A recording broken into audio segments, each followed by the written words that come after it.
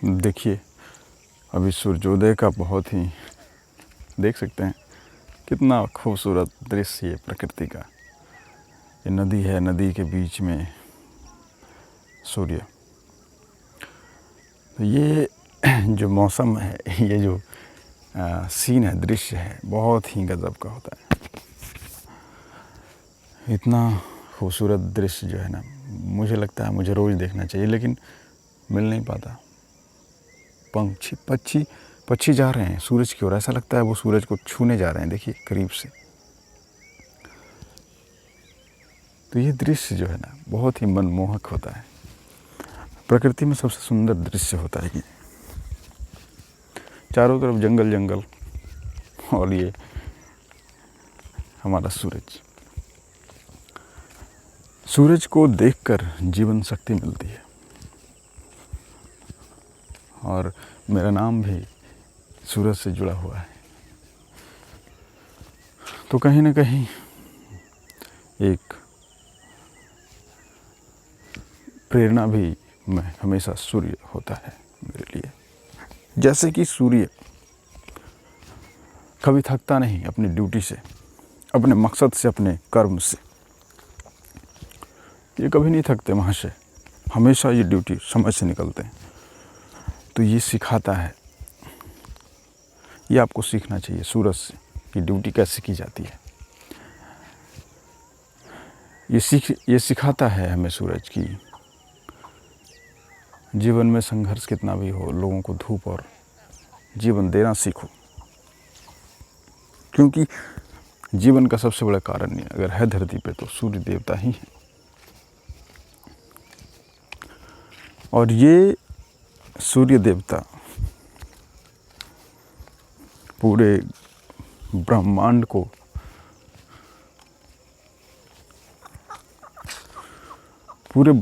को उजाले से भरते हैं।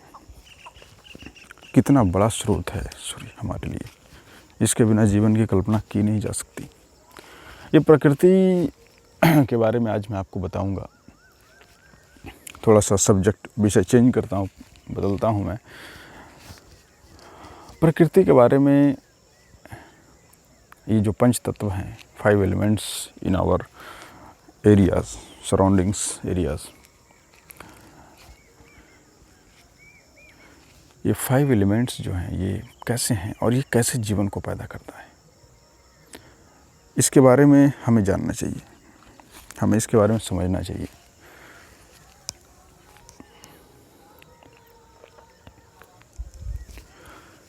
कि ये जो पंच तत्व हैं ये हमारे चारों तरफ विद्यमान है। देखिए ये जंगल जंगल, मैं सुबह सुबह अंधेरे में आ गया था। आज तो अंधेरे में आ जाता हूँ मैं, क्योंकि अंधेरे में ही तो कुछ खोजने का मज़ा है, कुछ ढूंढने, कुछ तलाश। आपका जीवन एक तलाश होना चाहिए। मेरा जीवन तो तलाश है।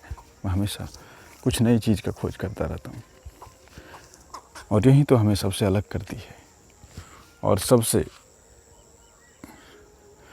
आनंदमयी भी बनाती है। ये लोगों के पास काम नहीं है कुछ भी,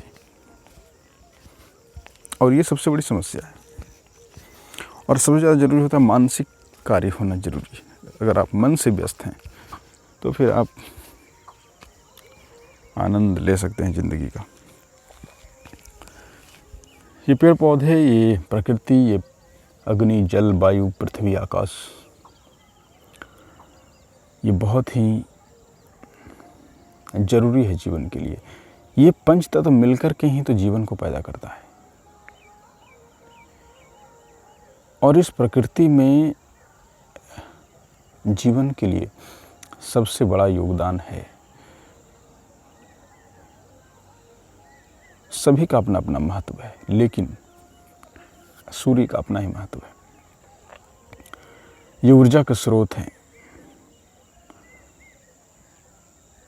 जीवन को सुरक्षा, जीवन की, हर एक जीवन की, चाहे पौधे को ले लो, बिना अगर सूरज नहीं निकलेगा तो ये बढ़ नहीं सकता, ये वृद्धि को नहीं पाएगा।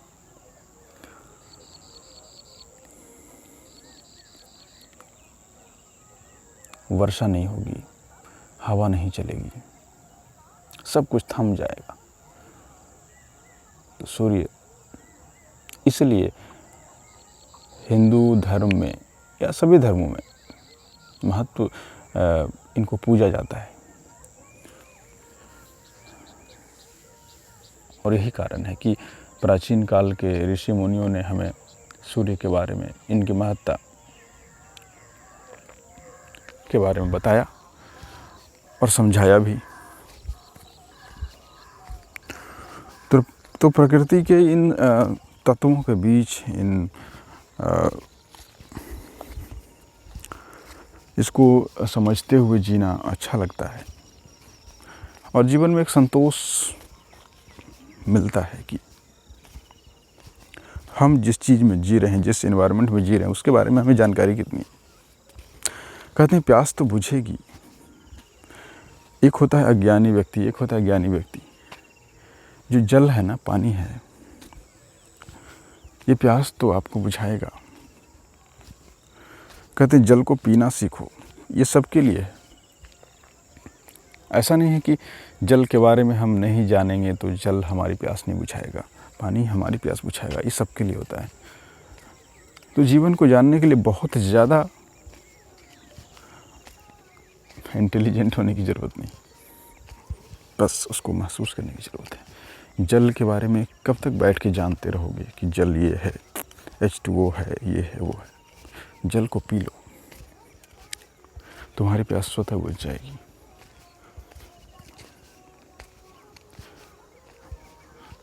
और ये अधिकार प्रकृति ने हमें दिया है। कोई पाबंदियां नहीं है, कोई रोक टोक नहीं है। प्रकृति का हम संपूर्ण रूप से उपयोग करते हैं अपने जीवन के लिए। और यही हमारी अभिलाषा और आशा भी है कि करोड़ों, हजारों, करोड़ों सालों से प्रकृति जीवन को पैदा कर रहा है, जीवन को जिंदा रखता है, चलता रहता है सब। प्रकृति के बारे में आपको जानना चाहिए। जैसे कि हम देखते हैं कि प्रकृति, हम यहाँ क्यों हैं। जीवन और मृत्यु, ये दो चीज़ों के बीच की जो डिस्टेंस है, 2 पॉइंट हैं, वर्थ और डेथ। वर्थ और डेथ के बीच का जो टाइम है, जो समय पीरियड होता है, इसे हम जीवन कहते हैं, लाइफ। और लाइफ को जी लेना संतोषपूर्वक, आनंदपूर्वक ही मकसद है हर एक जीवन का। क्योंकि हम जो भी कर रहे होते हैं, आप अपने आप को देखें, आप जो भी कर रहे हैं उसके पीछे मकसद क्या है? खुशी, तरक्की, है ना? तो ये मकसद जब एक ही सा है, तो प्रकृति के बारे में थोड़ा सा हम जानते हैं डिटेल में।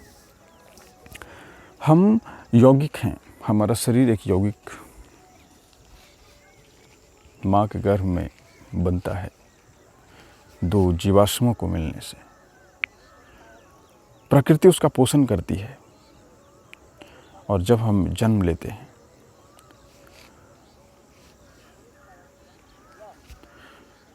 तो वो क्या है?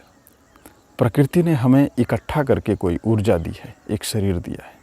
प्रकृति का, पंच तत्वों का ये एक बैंक है, कह सकते हैं आप, इकट्ठा किया हुआ।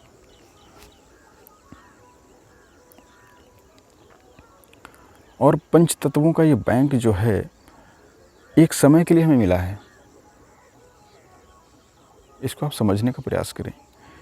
एक समय के लिए मिला है और ये एक समय बाद विघटित हो जाएगा, यानी ये अपने अपने वर्तमान स्थिति में चला जाएगा, तो आपकी मृत्यु हो जाएगी, यानी डेथ। मृत्यु और जीवन को समझना बहुत मुश्किल नहीं है। ऐसे समझते हैं इसको कि 5 लोगों ने थोड़ी थोड़ी, किसी ने हवा दिया, किसी ने पानी दिया, किसी ने मिट्टी दी, किसी ने आकाश दिया। 5 लोगों ने दिया और वो इकट्ठा होकर एक जीवन बना दिया। जैसे इसका वर्णन हमें पुराणों में मिलता है, शिव पुराण में मिलता है। चलिए थोड़ा टहलते हुए बात करते हैं, क्योंकि टहलते हुए मुझे बात ज़्यादा अच्छे से कर पाता हूँ। मैं जब रुक जाता हूँ तो मेरा दिमाग भी रुक जाता है मेरी मस्तिष्क काम करना बंद कर देता है। जितना मैं टहलता हूँ उतना ज़्यादा मैं क्रिएटिव होता हूँ। इसका भी कारण ये है कि जितना आप टहलते हैं तो आपको नई ऑक्सीजन मिलती है। जितना ज़्यादा ऑक्सीजन आपके अंदर जाता है उतना तेज़ी से आपका दिमाग काम करता है। इसका पीछे साइंस ये है। हाँ, बैठ के मैं चर्चा नहीं कर पाऊँगा। बैठ के मैं इस तरह की बातें, इतना लंबा बातें मैं नहीं कर पाऊँगा। क्यों? कारण वही है, जब आप एक जगह स्थिर रहते हैं तो आपके वहाँ पे ऑक्सीजन का लेवल कम जाता है, फिर आपका मस्तिष्क उतना अच्छे से काम नहीं कर पाता। ये इसका विज्ञान है। इसलिए तो साधु संत इतना यात्रा करते थे, जंगलों में, पहाड़ों में, कंदराओं में। कारण यही है तो मैं कहा था कि हाँ, 5 लोग मिलके आपको जीवन देते हैं और फिर वो मान लेते हैं कि उनको एक समय बाद वो पाँचों अपना अपना सामान, अपना अपना दी हुई चीज़ें वापस ले लेते हैं। मृत्यु है, यही मृत्यु और जीवन है। तो वैसे मृत्यु जैसी कोई चीज़ अगर एक इंसान की तरह आप देखोगे तो आपको लगेगा कि जीवन मृत्यु बहुत बड़ी चीज़ है। लेकिन एक रिसर्चर एक सैद्धांतिक परिणाम को देखोगे तो जीवन मृत्यु कुछ है ही नहीं। एक संयोग है और एक वियोग है। कभी कोई चीज़ मिल गई तो वो जीवन बना, कभी कोई चीज़ बिगड़ गई, मृत्यु बना। बहुत साधारण है, बहुत सिंपल साधारण चीज़ मैं आपको बता रहा हूँ। और ये जो तलाश लोग करते थे पहले, साधु महात्मा लोग, ये इसी चीज़ की तलाश करते थे, प्रकृति की, ईश्वर की, जीवन की, मृत्यु की। क्योंकि मृत्यु को समझ पाना, जीवन को समझ पाना बहुत मुश्किल लगता होगा पहले के लोगों को, क्योंकि उन्नत विज्ञान नहीं था, उन्नत टेक्नोलॉजी नहीं थी, तो लगता होगा। परंतु आज ऐसा नहीं है। आज सब कुछ अच्छा है, सब कुछ बढ़िया है, सब कुछ आप इजी वे में समझ सकते हैं। विज्ञान की गहराई को बहुत अंदर तक समझ सकते हैं। जो जीवन है, जो लाइफ है, ये शरीर आपका काम करता है, ये सारा अणु, परमाणु, ये जो भी है, इलेक्ट्रॉन, प्रोटॉन, न्यूट्रॉन, ये सारी चीज़ आप आराम से समझ सकते हैं। हाँ, लेकिन अगर आप आंतरिक रूप से समझना चाहते हैं तो आपको चिंतन करना पड़ेगा। वो सिद्धांत आपके पास कहीं नहीं मिलेगा, क्योंकि बहुत सारे लोगों ने सिद्धांत तो दिए हैं, पर वो सिद्धांत आपके काम नहीं आएंगे। क्योंकि प्यास तो खुद के पानी पीने से ही बुझता है, पानी देखने से नहीं बुझता, किसी के पास पानी होने से नहीं बुझती। जीवन का अपना अपना एक अलग ही सर्कल है, साइकिल है। तो सूर्य देवता धीरे धीरे प्रखर होते हुए, अपनी गर्मी बढ़ाते हुए, अपने रोशनी बढ़ाते हुए, जीवन की तरह है। हमें भी इस तरह से बनना चाहिए। जब सुबह उठते हैं तो प्यारे दिखते हैं लेकिन जैसे जैसे दिन बीतता है तो हमारी जिम्मेदारियां बढ़ती है और हम भोले से थोड़ा सा सीरियस होने लग जाते हैं। मतलब हमारी ड्यूटी, अगर आप ड्यूटी पे रहोगे और आप ठीक से काम नहीं करोगे तो परेशानियां होंगी। तो ये ड्यूटी है, करनी पड़ती है सबको। सूरज भी अपनी ड्यूटी करता है, हम भी अपनी करते हैं। जीवन जीने के लिए कुछ काम तो करना ही पड़ता है। तो काम के साथ साथ सैर भी ज़रूरी है, हंसना, गाना, नाचना, घूमना फिरना सब ज़रूरी है। और इसी का नाम तो ज़िंदगी है।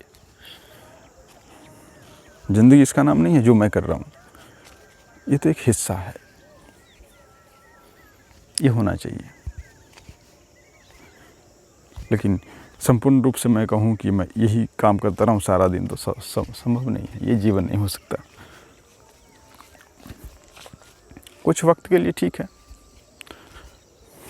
आधा घंटा 1 घंटा चिंतन का समय होता है मेरा, सुबह हो या शाम हो। और इससे मैं बहुत कुछ सीखता रहता हूँ, बहुत कुछ आउटपुट लेता रहता हूँ।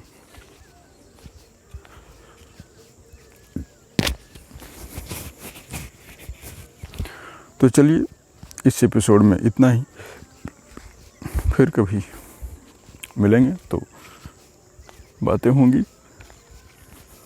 धन्यवाद।